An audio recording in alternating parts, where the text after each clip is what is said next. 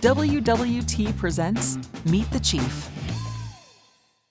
Hi, everybody. My name is Tracy Sever. I'm the head of Global Security Strategy and Go-to-Market here at WWT. Welcome to another episode of Meet the Chief, brought to you by WWT Presents. We are extremely lucky today to have a great set of panelists who represent the future of cyber agility and defense. Each of these emerging cyber companies comes from 630 Cyber. They're a global venture cap firm based out of St. Louis, and they invest in early stage companies. With us today, we have Aaron Bray, the CEO and co-founder of Phylum. They are an automated software supply chain security company out of Denver. We have Saeed Abo-Nimi, CEO and co-founder of Seclytics. They are a San Diego-based advanced behavioral profiling machine learning startup. We also have Glenn Day, founder, CEO, and chairman of EnvisionX, and they're a data protection and classification platform out of LA.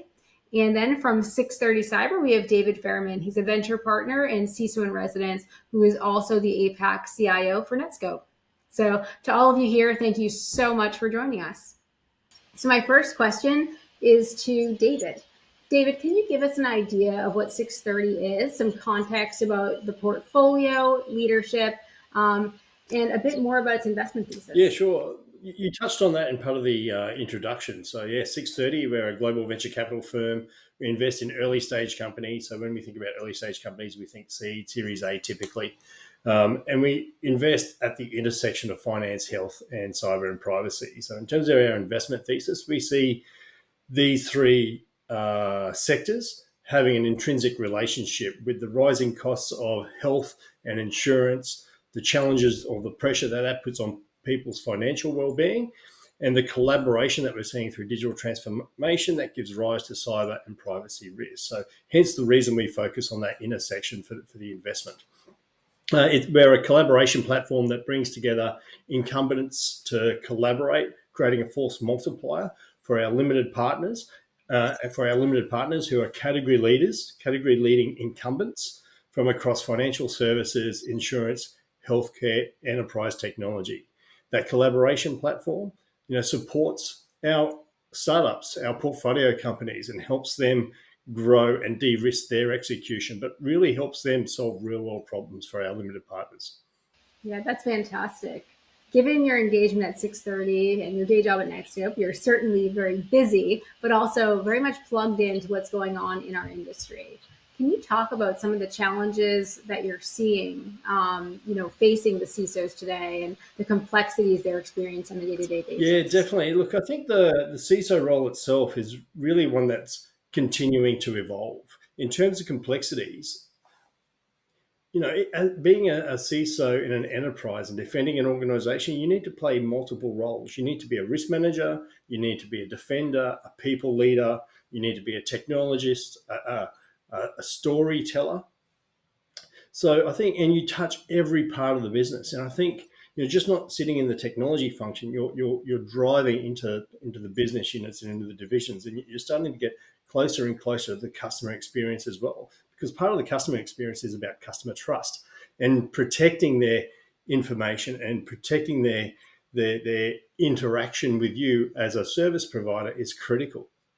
So I think some of the challenges that they see on a day-to-day basis is the increasing complexity of the threat landscape, the volume and velocity of attacks and threats that we see.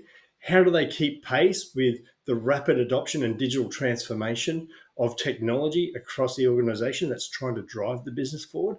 I think trying to keep pace with that and yet defend the organization and then play all those multiple roles, that's the biggest challenge for them. And I think we're starting to see a lot more expectation and accountability being driven on CISOs. We've seen this through regulatory, discussion and regulatory requirements around the expectations of what a CISO needs to do. So that pressure is mounting.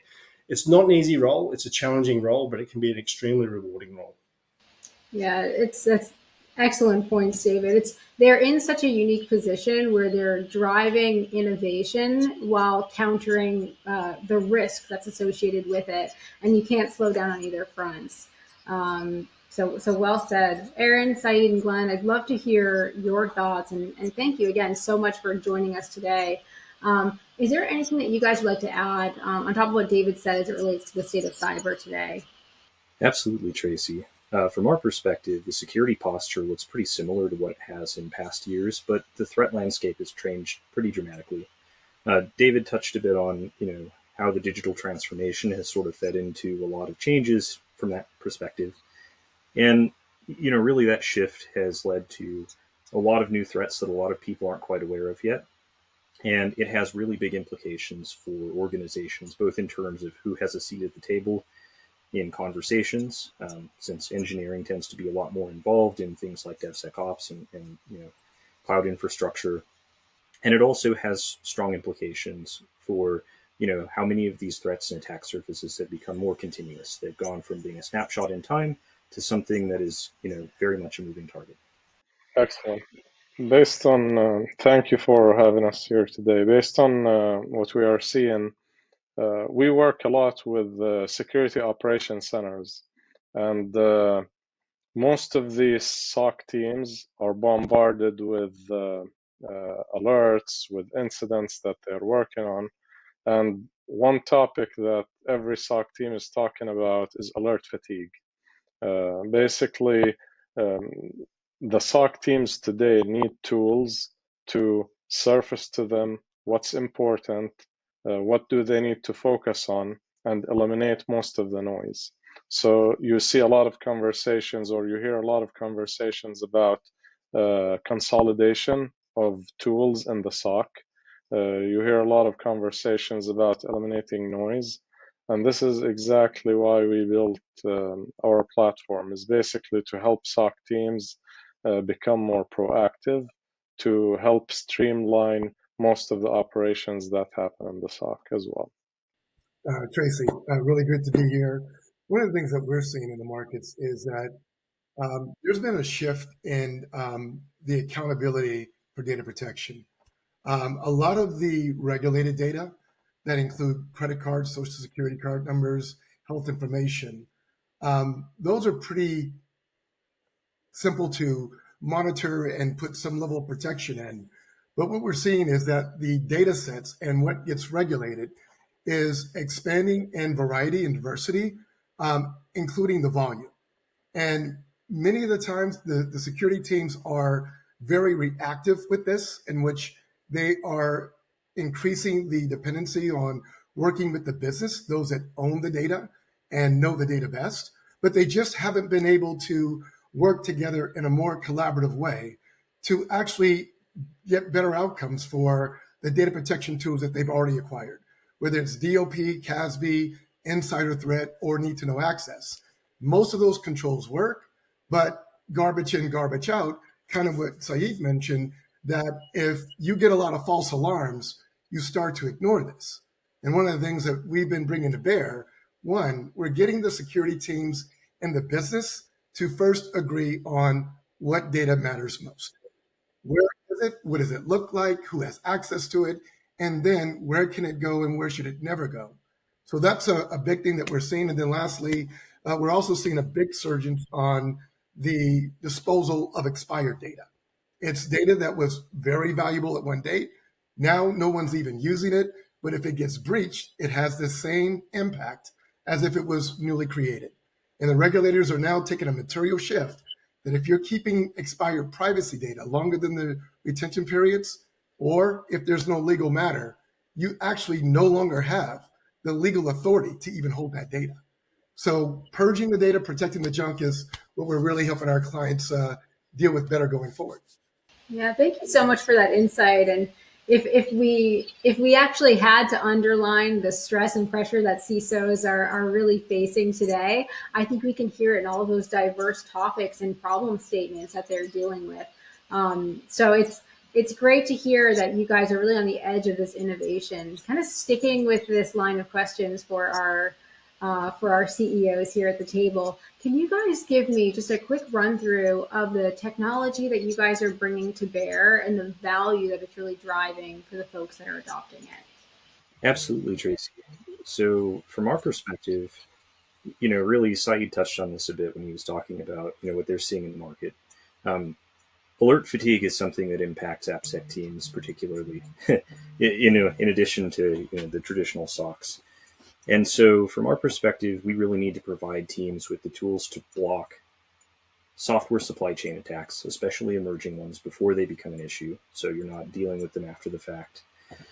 You have to be able to provide better tools to automate the remediation of problems, and the tools to give organizations the ability to really make more informed and better risk decisions up front before development happens. So they're not having to commit more resources to solving those problems after the fact. Yeah, regarding what we do, you can simplify it basically in helping SOC teams predict attacks before they are launched. We built a technology with an underlying structure leveraging machine learning and artificial intelligence to identify when cyber criminals set up infrastructure, and we can take a proactive action to block that infrastructure before even attacks are launched from it.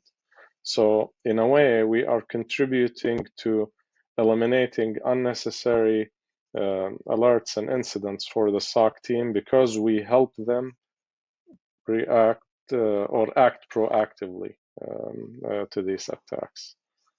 This is the main thing we focus on a daily basis. Thanks. And Tracy, following with Saeed said about proactive management, that's where a lot of the security leaders are looking to go. They've been doing some phenomenal things, but more reactive than not, responding to breaches and then putting them out and then responding to the next breach. And what we're doing is we're letting them better understand what data out of all the data that's out there across their entire data set, whether it's in the cloud or in their data center or even on a laptop, what data is truly going to create a risk and compliance concern. We identify it, we map it, we then classify it through a number of automated models, everything from rules-based to artificial intelligence, and doing some really cool things with generative AI to make it even that much easier. But that's kind of where it all starts. Once that data has then been fully accounted for across the entire estate, understanding who owns and who can access it, that's when we then share that insight from the business to the security team so they can be much more specific of out of all the data that I need to protect, this one matters most. So they're able to reconfigure their data protection controls, but then most importantly, they also see what data is no longer needed that is costing them millions in storage, that no one's using it, and it's actually increasing their attack surface and compliance scope. Oh, and by the way, it will likely save you millions if you can get rid of data that you don't have to keep backing up and protecting on an ongoing basis. We're so fortunate to have these three CEOs with us here today. One of the things that I think our viewers find particularly interesting is your founding stories, what your journey looked like to get to the place that you're at today. So if you guys wouldn't mind sharing a little bit about your backgrounds and what brought you into your current roles today, we'd love to hear it. Absolutely, Tracy. So my background, I spent a lot of my early career working in the U.S. intelligence community. Ended up, leaving government to go work in the commercial sector. And, I think my co-founders and I all come from an offensive security background, which gives us a bit of a unique perspective on, the overall security space. And somewhere between there and founding Phylum, one of my co-founders and I did some consulting work for an organization that was really worried about their software supply chain security posture.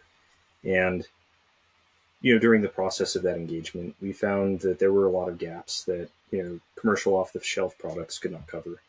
And while we weren't really sure what the market opportunity looked like at the time, more broadly, we started paying close attention to the space, and we saw more and more bad things happen, attacks begin to mount, and we ended up founding our company back in early 2020, which was, I think, about 8 months before SolarWinds. And then obviously there have been many more things in the news since then. Excellent. Thanks, Aaron. Regarding my story, started the company in 2014. Before starting SixThirty, I worked at PayPal as a distinguished scientist. Back at PayPal, I worked on detecting what fraudsters were doing when it comes to exploiting the PayPal platform to either funnel money out or commit fraud on PayPal users. And I noticed that there was a link between what malware operators did and what fraudsters did. And prior to PayPal, I also worked at two security companies. One is called Dambala and the other one was WebSense. And my job was mainly to track cyber criminals and understand how they operate. So between tracking cyber criminals and threat actors and linking what these threat actors and fraudsters are doing, I noticed that there was a pattern that cyber criminals are relying on setting up their own infrastructure versus compromising infrastructure because the abundance of cloud hosting providers and how cheap it became back in the day. So given all of this, we realized that I spoke with two of my co-founders, and we realized that we can build a technology that can predict the buildup of that attack infrastructure months in advance, which will result in helping SOC teams become more proactive. So that was the whole story, basically. Wow, that's so interesting, Syed. I bet you have a lot of things that you could share with us over coffee one day. That's really interesting background there. Excellent. My background's a little bit diverse. I'm a retired Navy commander, started out shooting missiles, ended up switching over to information warfare, dealing with some of the most sensitive and secret national secrets in very big data complex environments. From there, I took a number of senior consulting roles at Accenture and Booz Allen Hamilton. And then I became Los Angeles County's first chief privacy officer, where I built their HIPAA program, and one that I'm still very proud of today. I then took a position at Ernst & Young, became partner and led cybersecurity and privacy globally for the high-tech sector, but did quite a lot with financial services, healthcare, and retail. My big aha moment that got me to walk away just a few years before my pension was going to vest at EY was working for Nokia as they were doing a massive 5 petabyte data carve out and selling their Windows IP to Microsoft. They had very strict considerations and a lot of risk, and they had 90 days to perform. If they didn't complete it in 90 days, they would actually have to give back to Microsoft $100 million a month. And I was brought in to send a team over in Helsinki, eating reindeer meat in the middle of winter, which is way underrated. And we actually went through 5 petabytes, 13 global data centers, and got 100% acceptance by all the team members in Nokia, and then 100% by Microsoft. The deal closed ahead of schedule. So that insight got me the opportunity to then leave EY, start EnvisionX, and kind of replicate that same success factor of allowing these companies to get better insight and control their data so they can make more informed decisions on what to do with it. Wow, that's amazing, Glenn. I'm sure the insights that you have into the business operations, the business drivers to get a project done really color how you run your organization. And it's so interesting to see all three of you with such diverse backgrounds with a lot of unifying characteristics, but a very different way that you guys all look at things and approach it. So really, really interesting insights, and thank you guys for sharing that. Glenn, you kind of started touching on that, when you were talking about your background. But as we all know, visibility is key for CISOs when they're trying to take action in their environment. It's really a foundational element of the business and being able to actually protect and defend. Can you talk a little bit about how your platform brings in visibility and how this affects the outcomes for your customers? Yeah, no, thank you for the question. And it really is at the heart of what we do. So the first thing that we do is we break down all of the barriers and silos as to where's my data? And which is a simple question, but companies actually don't know how much data they have and where that data is dispersed throughout the enterprise. Second question is, okay, I got all this data. Which of this is really important? And then who has access? And then all the controls, and then eventually the purge. But what we really do is we give them a complete view of all their data, but with business context. And the silos are no longer hindering their ability to understand what they have and then what to do with it. So when you break down the barriers, you can see everything, but within business context. Those that need to act on it, whether it's records management or cyber or even the business dealing with discovery requests, it becomes so much easier, so much more logical, and so much more confident that they're now in control. So those simple contexts of break down the barriers, get business and IT to talk together and make informed decisions about how to manage and protect the data. It's exactly what these companies need to stop being so reactive and get ahead of the curve. Absolutely, Glenn. I mean, we see it day in and day out with our clients as well. It's you can't protect what you can't see, and you can't create a robust architecture without really understanding what the foundational elements are. So that's extremely valuable, I'm sure, to all of your customers. Kind of changing pace a little bit and talking about some of the unique ways that bad actors leverage malware and open source. Aaron, I want to send a question your way. Can you talk to us a little bit about how your organizations are able to classify risk across these different open source packages and ecosystems? And really, what does that do for your clients when you guys are able to get in there and really help them out with this challenge? Absolutely. So, just looking back at history a little bit, if we look back 6 years ago, the primary thing people were worried about in application security were breaches like, the Equifax breach, where you have outdated software packages that haven't been patched. And, now the attack surface there looks quite different. We're seeing a lot more targeted attacks that are trying to actually compromise developer accounts. Because, going back to the whole digital transformation paradigm, we're now in a situation where developers have become, in many ways, like the new domain admins. They have credentials to production infrastructure in many cases. And even if they don't, they have access to source code and intellectual property and, lots and lots of other assets. And typically their accounts have lots of privilege, through which an attacker could, effect a compromise, gain access to more things in an organization, gain a foothold by which they can leverage further attacks. And we're seeing a lot of that in these open source ecosystems and assets where people are publishing, packages that contain fundamentally malicious logic that they're using to gain access to developer accounts and infrastructure. And so we're looking at a lot of data in order to proactively identify, those sorts of indicators of risk or indicators of compromise. And we've been able to help clients both avoid compromise in some cases and also identify situations where, maybe they've been compromised by something and they weren't aware of it. Because, the volume of software is just so great now that, unless you have a great deal of automation on the back end, just due to the continuous nature of builds and software development and how things are done today, it's impossible to keep up with. Yeah, that's really interesting, Aaron. And it sounds like you guys really enable the organization through security rather than act as a roadblock. So they're able to be creative and use the tools that they need without security slowing it down. And so that's really great to hear. And I'm sure your customers appreciate that. Absolutely.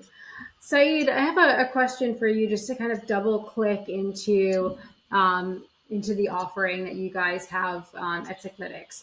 So you guys do advanced behavioral profiling machine learning. How has the change in the industry and some of the new aspects of AI impacted what you guys are doing and what you deliver to customers? Excellent question. So in the past, I would say 6 months or so, there has been an uptick when it came to LLMs or generative AI, and nowadays we see a lot of conversations, or we hear a lot of conversations about, okay, can we leverage these advancements in let's say, automating what a SOC analyst would do. So if you look at the job of a SOC analyst, especially when it comes to the level 1 incident response that a SOC analyst would do, the tasks are very repetitive, and there is a lot of room for automation. So we're seeing a lot of companies, and even at SecLarix, we are building tools to help SOC teams automate what a level 1 SOC analyst would do. This includes basically tasks like, hey, let me work on my incident, let me do a little bit of threat hunting and what have you. And these level 1 tasks can be easily automated. The majority of them, I would say 90% of these tasks can be easily automated. And this is where machine learning can help a lot of SOC teams. Yeah, that's really interesting, Saeed, and it's great to see that you can free up talented technologists out of the cycles where it's redundant and really manual work to be able to work on more strategic initiatives within security. So that's a great value you guys are adding to your customers. Digging a little bit deeper into the trends that we're seeing today and really the big shifts over the last, like you said, 6 months, just with AI taking such a bigger leap into the mainstream. Can you guys think through, not just in the organizations that you're currently into today, but kind of pull from your entire experience throughout your career and talk about what should be really looked at from a board level with your clients in the next 12 to 18 months for challenges that they should overcome and maybe some trends that you see coming their way? Look, I wouldn't mind taking a stab at that, answering that if that's possible. I'll give you my view. I think what we're starting to see, specifically from a board perspective, the conversations are around, we know we are never going to be 100% secure. Boards recognize that now. What they want to make sure is that every investment dollar that's being spent in the organization is maximizing risk buy down. So I think truly understanding your risk and then being able to understand what trade-offs and priorities you make to maximize that risk buy down over time. And then there is a piece around being proactive and thinking about, how do I stay ahead of the curve?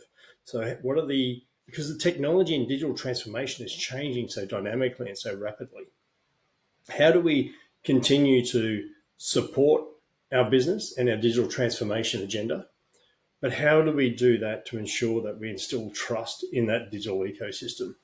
I think that's really important. That's where the jigsaw puzzle of a CISO comes together. They need to figure out what are all the different pieces of that puzzle they need to pull together. Understanding the risk and understanding the priorities and where that maximum risk buy down helps fill out that jigsaw puzzle. And then leveraging innovation to step change where you are today. Because with this change and this rapid change in technology and rapid change in practices that we have, you mentioned generative AI, the way we did security today has to change tomorrow. So tapping into an innovative startup community, I think, has to be core to staying ahead of that curve. Sure, absolutely. I mean, obviously, we're a bit biased from the perspective that we view the space and the market, but really more focus on automation is going to be critical as people have shrinking budgets or budgets stay flat, and really getting ahead of all the new threats that we're seeing across the landscape. So, we've seen just on the software supply chain security side, directed attacks go from maybe a couple thousand a month, a year and a half ago, to now we're seeing hundreds of thousands of these things every quarter. And if organizations haven't been hit yet, they certainly will be soon, as we can see by some of the emerging breaches like LastPass and Okta, and one of Microsoft's more recent ones with the Outlook compromise, Exchange compromise, which the developer was sort of the entry point for all of those. Regarding what we're seeing, I think we will see a lot of consolidation, similar to what Aaron touched on, because of the budget shrinks and what have you. We will see a lot of consolidation when it comes to technology in the SOC.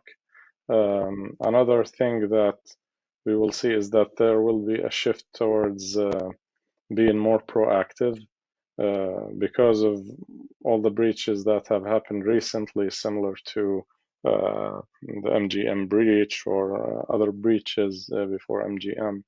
The SOC teams will need to become more proactive.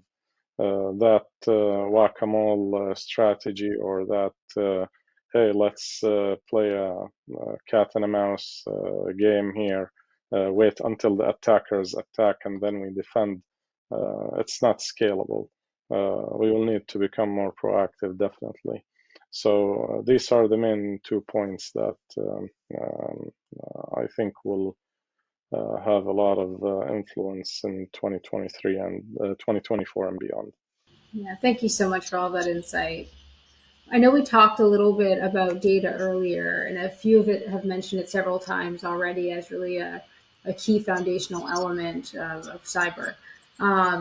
It wouldn't be a tech talk if we weren't bringing up AI. I know we chatted about this a little bit earlier, but what specifically should organizations be considering from an AI perspective, and how has generative AI really changed the game? Aaron, let's kick it off with you. Sure, absolutely. So, obviously, I'll start by saying there's an awful lot of snake oil bundled up in the whole generative AI push. And so there are a lot of things that, it's good to remember that things like generative AI certainly have hard limits.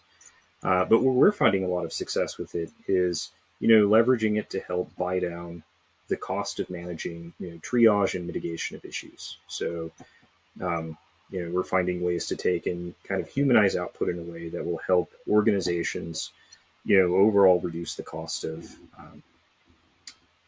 managing triage of findings and remediation. Yeah, thank you, Aaron. Glenn, your thoughts? Yeah, what we're seeing is that AI really is being used in a number of ways to increase the efficiencies and speeds of how both data and risk and controls are being managed. So looking at the extreme volumes of data, one of the CIOs that I work closely with, she said, this data was created by tech, it can only be managed by tech.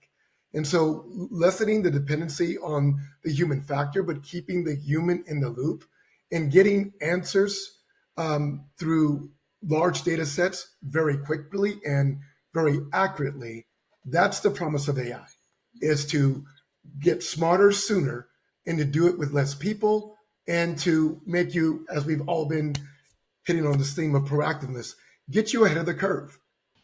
Yeah, Glenn, that's such an interesting concept that you bring up. It is an unfair fight where it's humans against machine, and it kind of comes back to what we were talking about a little bit earlier as well. It's if you can put down the hand-to-hand combat and be proactive, you're really freeing up those resources that were engaged so heavily in just responding to alerts and trying to be defensive, to being proactive and strategic in how they approach security. And I think that's really, like, when we talk about the scalability of what we do and the scalability of resources, which we're going to talk about a little bit later, it's going to be a necessity in order for these organizations to be able to properly combat what they're up against.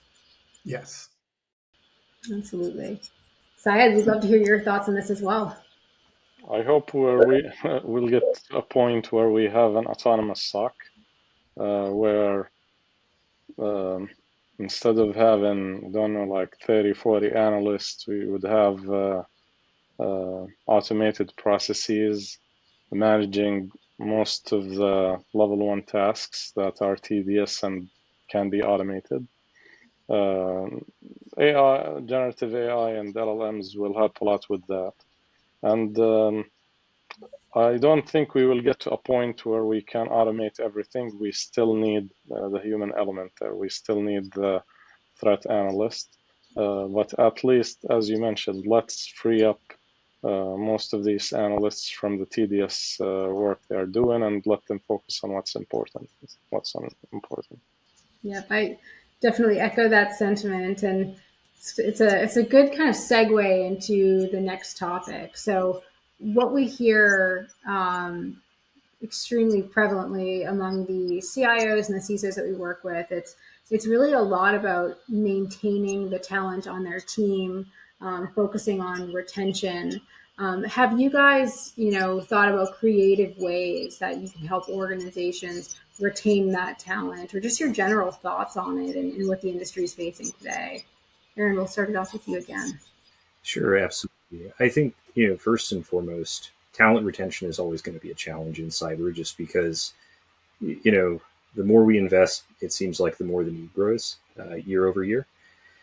But I think, really the big key there is going to be better and more automation to help reduce the need for staffing and also to help reduce the bar um, for what somebody needs to know in order to step into a role and be productive and successful.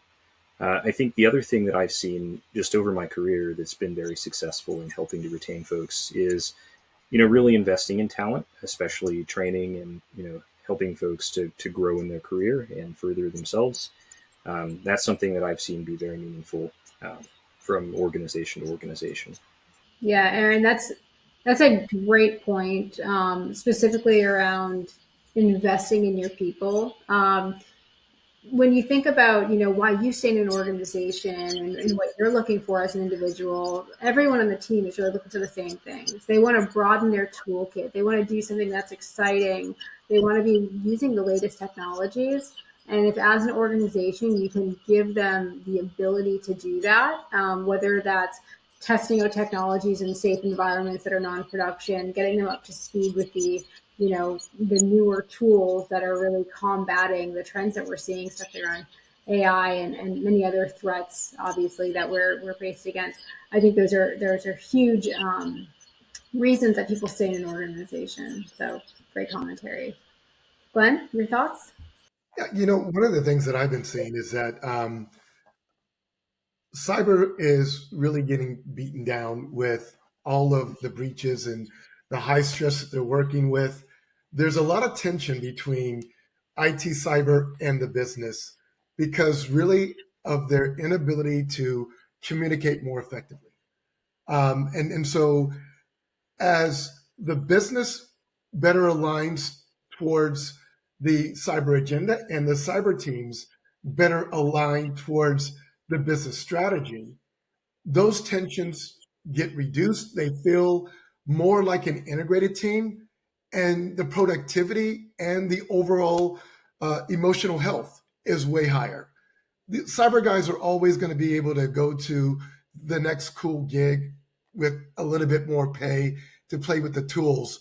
But that's kind of been played out over time. And I think right now they really want to get better respect and feel more integral on keeping these companies safe and not always being the target when things go wrong. Yeah. Well said, Glenn. It's one of the aspects of or I guess one of the key elements of when you're in cyber. It's a very high pressure job. You hear about a lot of burnout. Many people, I'm sure many people in this call have experienced burnout at one point in their career. And I think, focusing on the mental health and how somebody is living in their role and enjoying it is a huge factor. Perfect. Saeed, what are your thoughts on this? Um, I think one of the key traits that's shared amongst security professionals or cybersecurity professionals is curiosity. Most of us in this field love to learn new things. And when I talk to my co-founders, the employees, I always ask them a question. It's like, why did you leave your job and join a startup? And you know that you will be working maybe double the hours here and it's more stressful. They're like, yeah, because we will be working on cool technologies. We will learn new things and it's not going to be boring. There is no one boring day on the job here. And I think if we keep, if we help the SOC analyst or even the threat researcher or the analyst learn new things, keep them up to date. As Aaron mentioned, I think education and training is very important. they will not be bored, and hopefully they will be able to stay longer than 12 months, which is the average in our industry and in the security operations center. Most of the people only spend 12 months there. You invest in them, you train them, and then because it's boring, they are not learning something new, they shift to a new job. Hopefully, if they keep working on exciting technologies, exciting tasks, exciting projects, something they learn from, we will be able to retain them longer.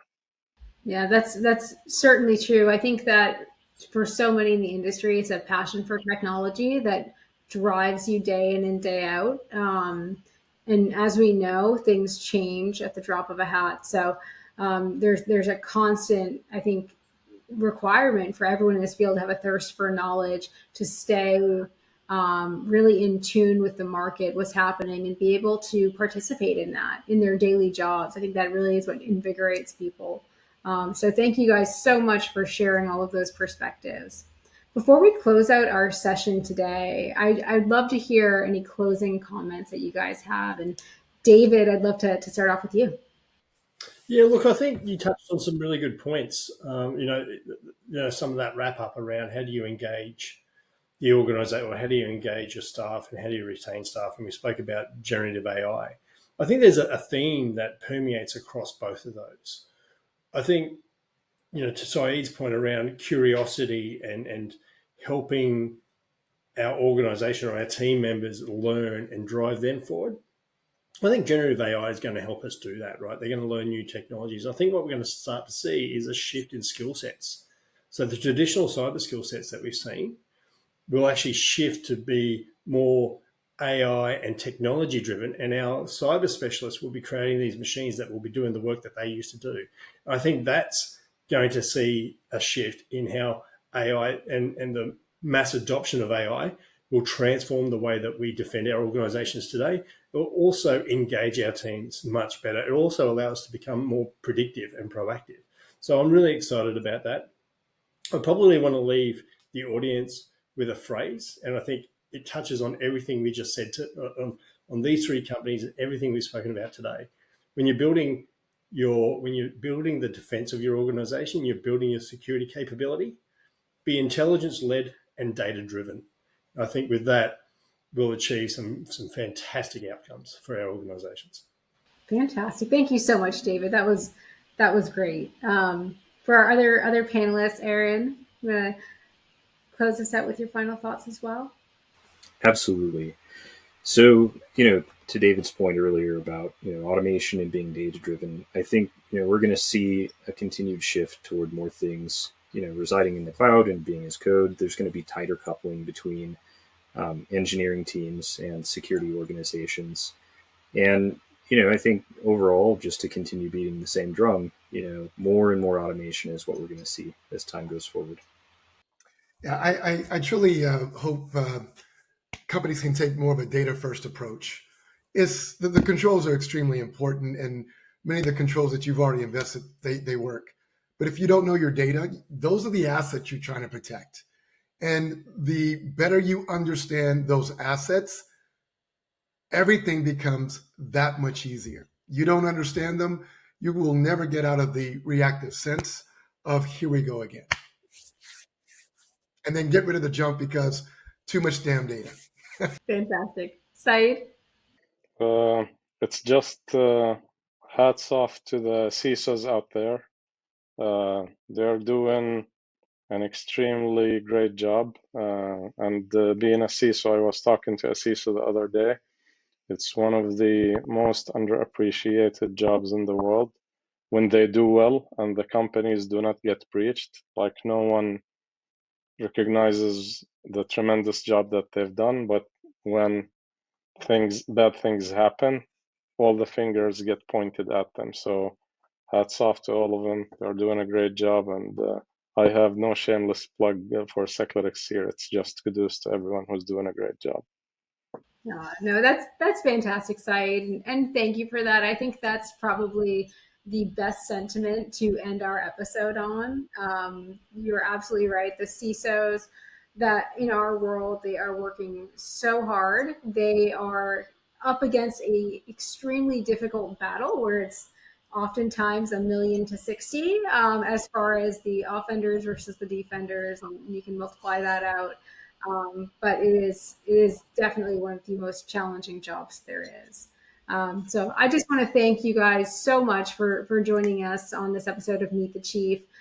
We've got so much immense value in just listening to your unique perspectives coming from your diverse spaces, and really look forward to our partnership and continuing to have you guys join us on programs like this. So thank you all so much, and have a great evening.